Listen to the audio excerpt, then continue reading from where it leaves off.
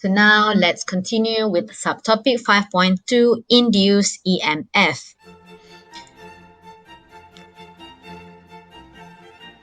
So electromagnetic induction is the production of induced EMF or induced current whenever the magnetic flux through a loop, a coil, or a circuit is changed. Okay, what does it mean by changing magnetic flux? Okay, there are two ways the magnetic flux can be changed. Number one, if there is a relative motion of loop or the coil where the magnetic field lines are cut.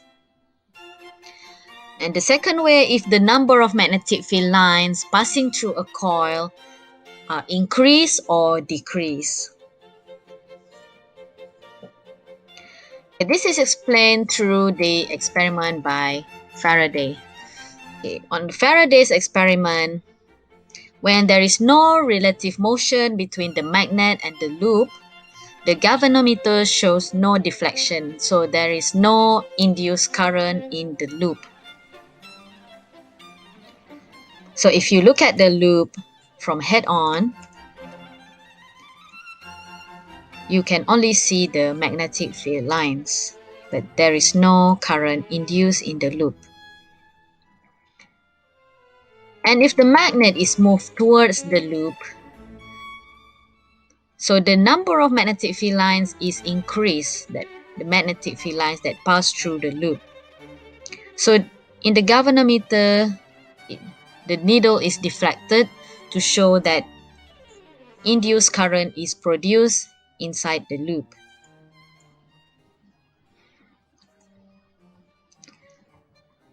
And if the magnet is moved away from the loop, the number of magnetic field lines is decreased. So if you look at the loop from head on, you see the number of magnetic field lines is decreased. So therefore, the magnetic field is weaker. So there is also the induced current inside the loop as shown in the galvanometer, but it is deflected in the opposite direction. So from the Faraday's experiment, it can be seen that EMF is induced only when magnetic flux through the coil change. So if there is no change in magnetic flux, electromagnetic induction cannot occur. So there is no induced EMF. It was also shown that to increase induced EMF, a stronger magnet is used, or if the magnet is pushed faster, or if the speed of the magnet is increased, or if the area of the coil is increased, or if the number of turns is increased.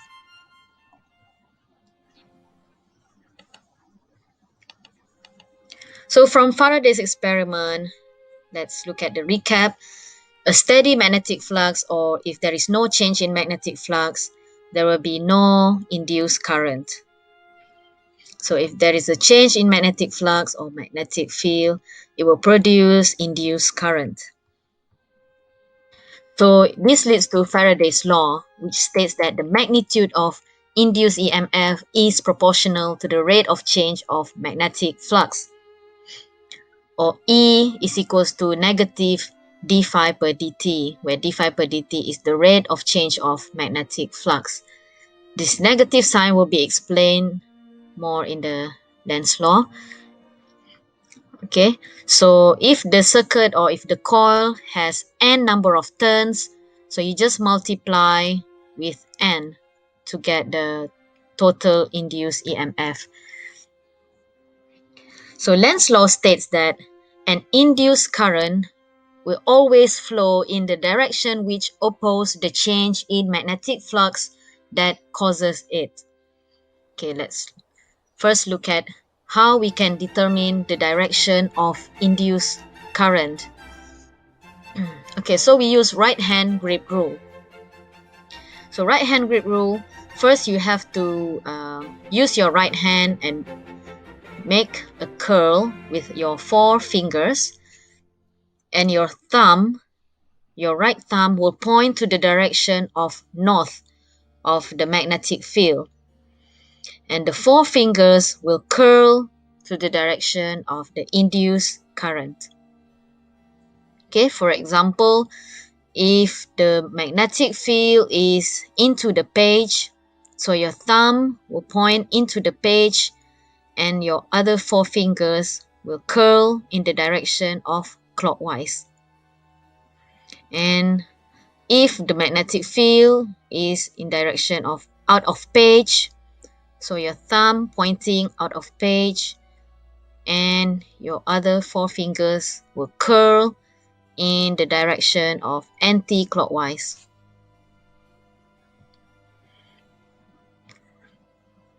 Okay, let's see an example.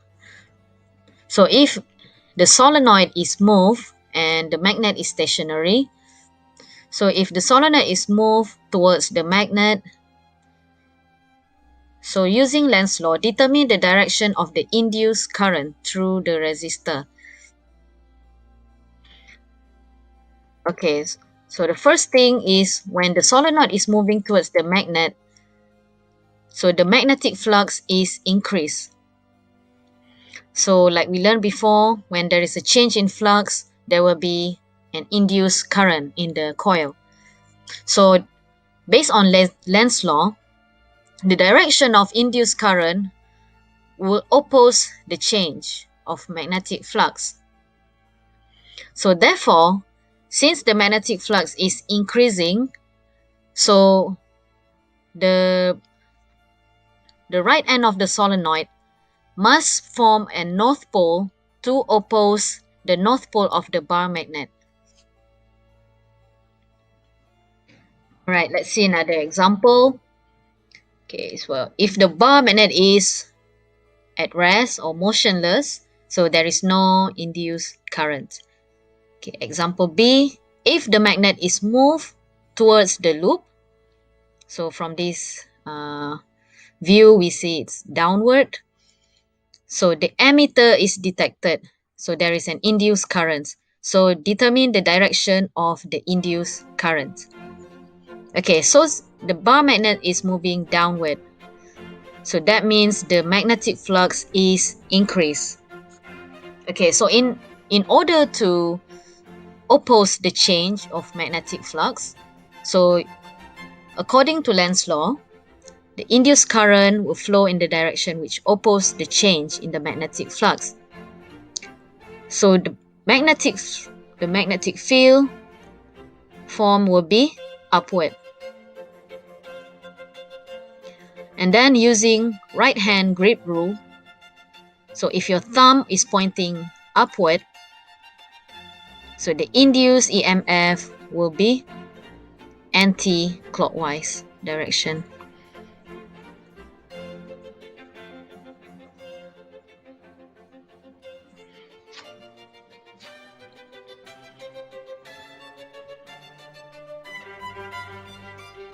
Here are the step-by-step how to determine the direction of the induced current. Okay, so basically if the flux decrease, so we will replace it by creating the same type of magnetic field. If the flux increase, we oppose it by creating the opposite type of magnetic field. Or I think in a simpler term, if the incoming magnet, we need to create the same pole to repel. If the magnet is moving away, then we create an opposite pole to attract. Okay, and then once you know the direction of the induced magnetic field, you can use the right hand grip rule to determine the direction of induced current. Okay, for example, if the loop is being pulled in, okay, so that means the loop is moving into the page, so that means the magnetic flux increase, and therefore the induced magnetic field have to oppose the flux. Okay, so we have to create an opposite type of magnetic field. So therefore, the induced magnetic field is into the page because the magnetic flux by the loop is out of page.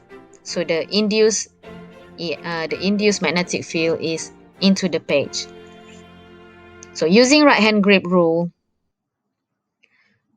your thumb pointing into the page, so therefore the induced current will be clockwise.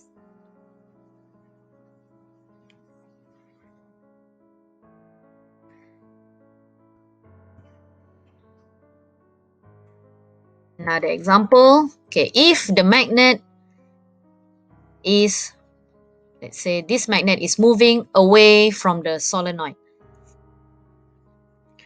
So by this statement, if the magnet is moving away, then the induced magnetic field will be in opposite pole in order to attract the magnetic field. So therefore, the induced magnetic field will be south at this end and north at the other end. Okay, and then using right hand grip rule, okay, so your thumb pointing to the right, so the induced current will be anti-clockwise in this direction, or flowing from A to B. So there are 4 ways that we can induce EMF. So the first way we're going to look at is by changing in the plane coil. So there are 2 ways we can change the plane coil: by changing the area of the coil or by changing the magnetic field strength.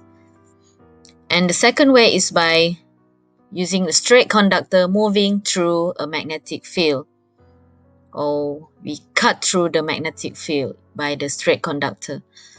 And then we're going to look at the rotating coil in a magnetic field.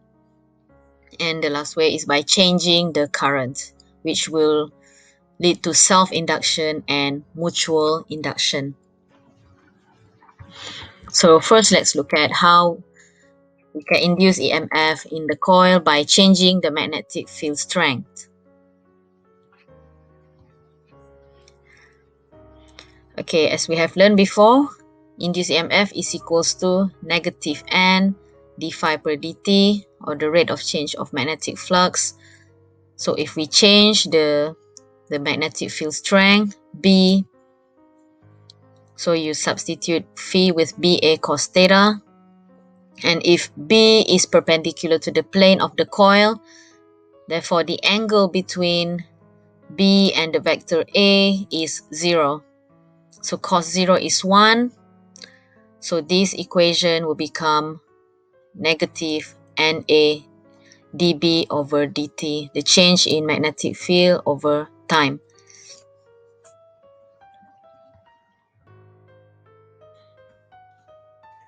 To derive the induced EMF by changing the area of the coil with time, okay, first we substitute magnetic flux with BA cos theta.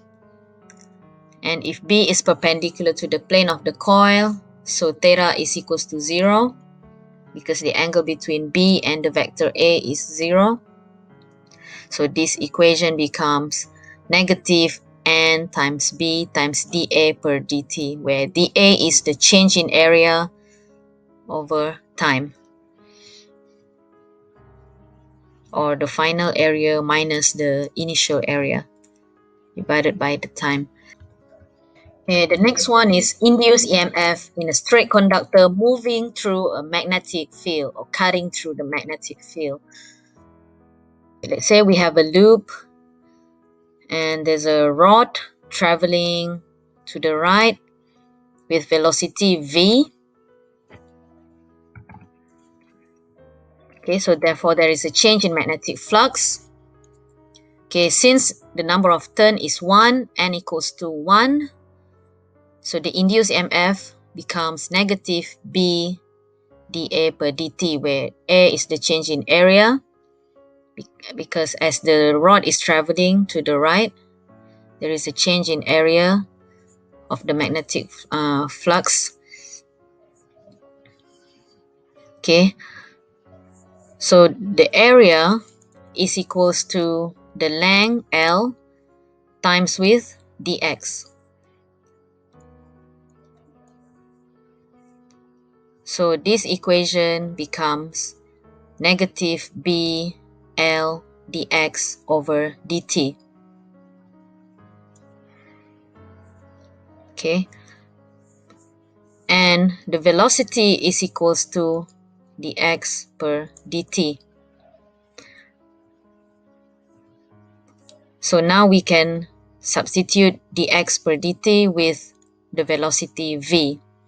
So now the equation becomes negative BLV. Or in general, we can use the equation for the induced EMF in a straight conductor as B times L times V sine theta, where B is the magnetic field, L is for the length of the rod, V is the velocity, and theta is the angle between B and V.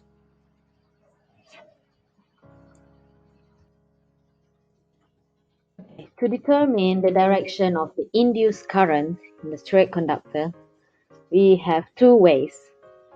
First one is the Fleming right-hand rule. So Fleming right-hand rule, using your right hand, you point your thumb and your index finger and your middle finger in perpendicular to each other. So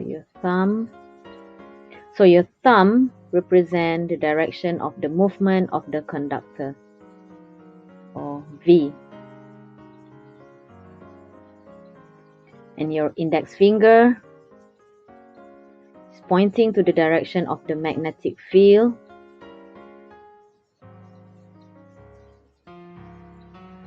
And your middle finger, I don't know why this middle finger is broken, but the middle finger, it should be straight. Okay, just imagine it straight, okay, perpendicular to your index finger. So your middle finger is pointing to the direction of induced current.